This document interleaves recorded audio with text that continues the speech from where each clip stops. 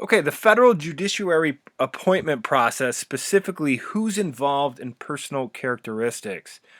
All right, when it comes to who's involved, what we're talking about is who are the people, the groups, organizations, what have you, that are going to be part of the process at arriving at a name for an opening in the federal court system.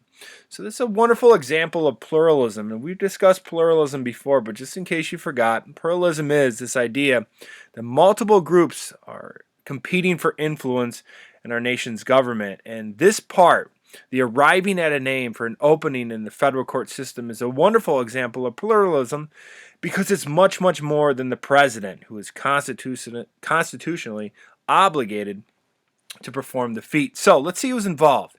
Major players, obviously the president by way of the Constitution, and the White House staff, the people that are closest to the president, both in proximity and influence, are going to be a major player in arriving at a name. And this Thursday, we'll watch an episode of The West Wing, and you'll see exactly how the White House staff influences the process. Now, interest groups are interesting because they provide information. Remember that an interest group most powerful weapon is its information, not its people, not its money, but its information. And when a president is looking for the most up-to-date information regarding individuals who might be suited to fill the vacancy, interest groups are wonderful.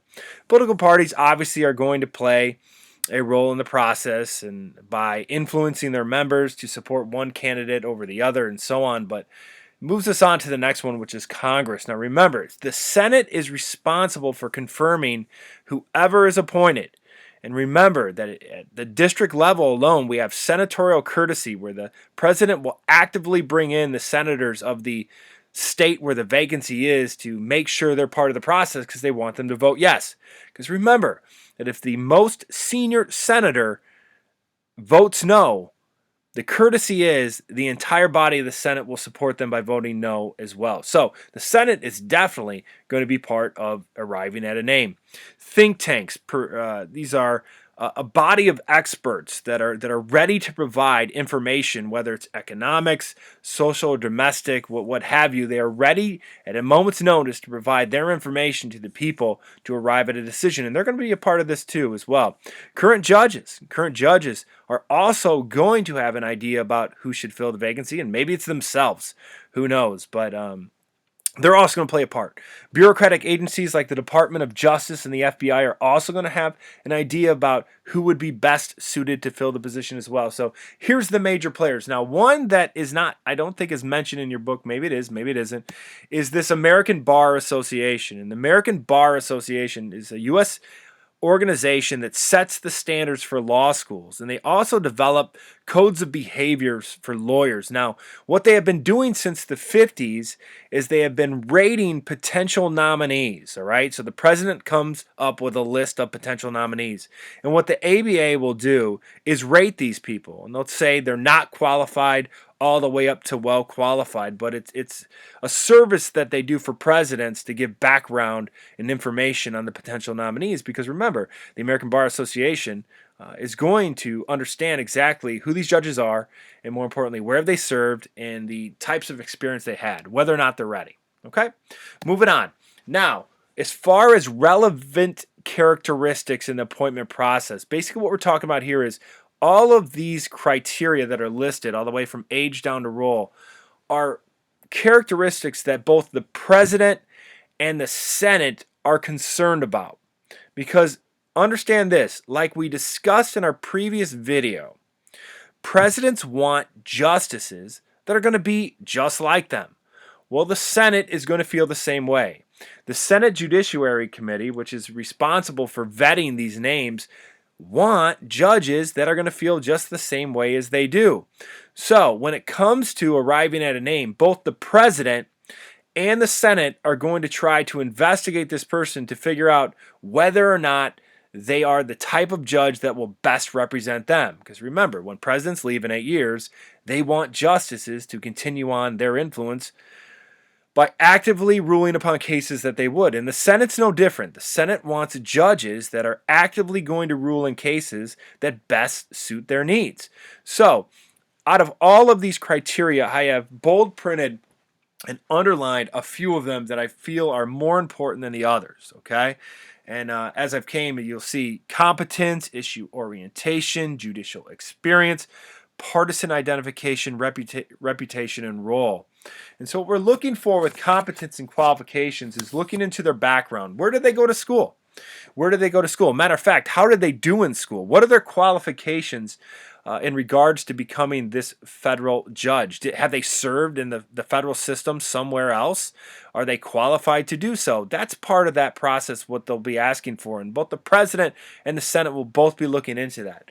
Issue orientation, this litmus test. You might hear issue orientation and litmus test used together. It means the same thing. But basically what's going to happen is when the president is interviewing a specific judge, and we'll take the Supreme Court here, and the Senate Judiciary Committee doing the same thing. They're going to ask about specific issues, okay? And they want to know exactly where these justices stand or will stand in the future on hotbed issues like abortion, gun control, presidential power, the authority of the states over the government, what have you. What they're trying to do is figure out not only where you stand today as we interview you, but where will you stand in the future. Judicial experience is a wonderful, wonderful tool to figure out exactly where a justice will stand, because both the president and the Senate will look into their background, their experience. How did they rule in previous cases? How did they uphold the law?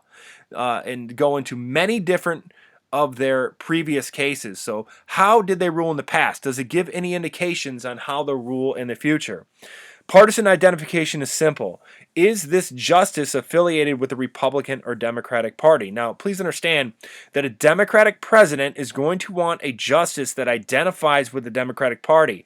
Opposites do not attract here in this relationship. In the same way, if a Republican president is in charge of nominating someone, they obviously would want someone who is affiliated with the Republican Party in the past. So, politics matter. Okay, politics matter. Down here for reputation. This is where the American Bar Association comes into effect. Remember, since the 50s, they will take the names given to them and they will rate these judges. All the way from not qualified to well qualified. But not only the ABA, what do fellow judges say about this individual? And when the specific appointee, specifically the Supreme Court appointee, goes before the Senate Judiciary Committee, not only will that person testify, but others will testify either for or against that particular judge on character issues. And more importantly, ethics issues. Is this person always upholding the law, or are they having a hard time arriving at a situation? Can you trust them? And last but not least, how do they believe, or what is the role of the courts? Now remember, we said judicial activism are specific justices who believe that the courts have a commitment to society to always upgrade their social, domestic, and political theaters at all points in time, that the Constitution is a living document and it must be applied to the current times. And restraint is opposite. Okay, this is where the court defers to the other two elected institutions, both Congress and the president. And if you want change, let change come from those two bodies as well. They also believe that in a strict interpretation of the Constitution, whereas what would the framers want?